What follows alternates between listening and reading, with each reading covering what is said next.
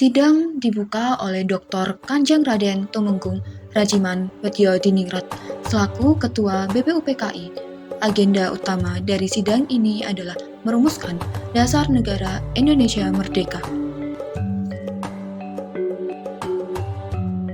Pendapat pertama dikemukakan oleh Muhyamin. Dalam penjelasannya, beliau sedikit menyimpang dari topik yang dibahas. Beliau menjelaskan mengenai bentuk negara Indonesia dan bukan dasar negara.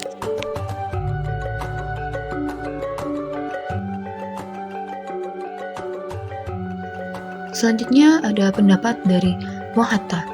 Terdapat beberapa poin penting dari pendapat yang beliau sampaikan, yaitu yang pertama, menyoroti pertentangannya dengan ideologi individualisme.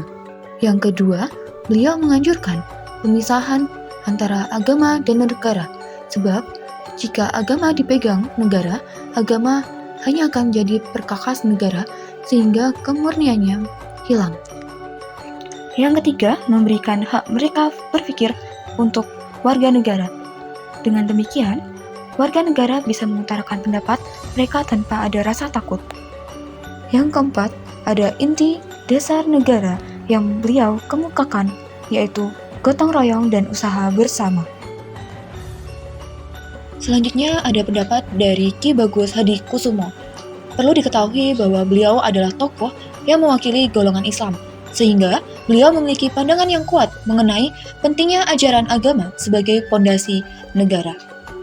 Pada sidang ini, beliau menyarankan dasar negara dibuat atas dasar ajaran Islam yang mengajarkan persatuan atas persaudaraan yang kokoh.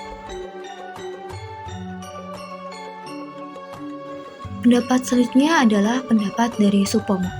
Terdapat beberapa poin penting dalam pendapat yang beliau sampaikan.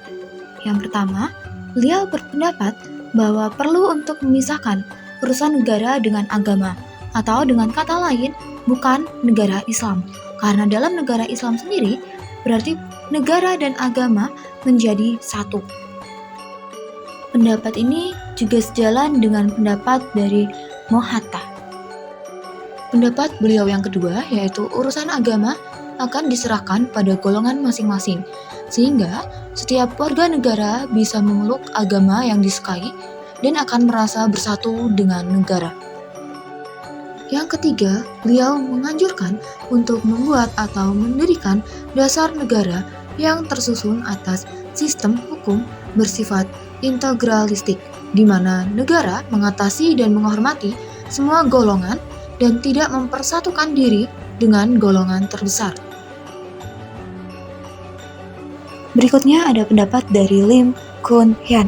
Beliau menjelaskan bahwa tujuan Perang Asia Timur adalah Hako Itio atau persaudaraan dalam bangsa manusia yang dimulai dari bangsa Asia Timur, sehingga bangsa-bangsa di Asia Timur harus dimerdekakan.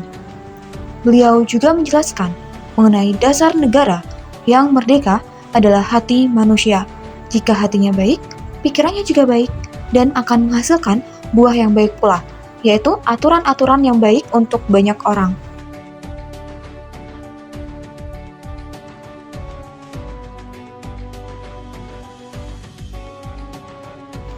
Pada tanggal 1 Juni, Insinyur Soekarno mengusulkan 5 dasar utama bagi negara yang kemudian diberi nama Pancasila, yang berarti 5 asas atau dasar.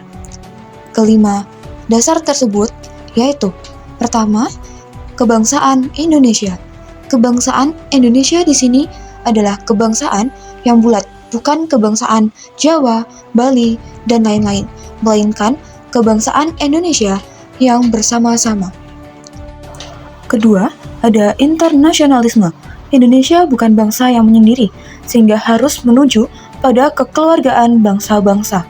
Ketiga, ada perwakilan dan permusyawaratan.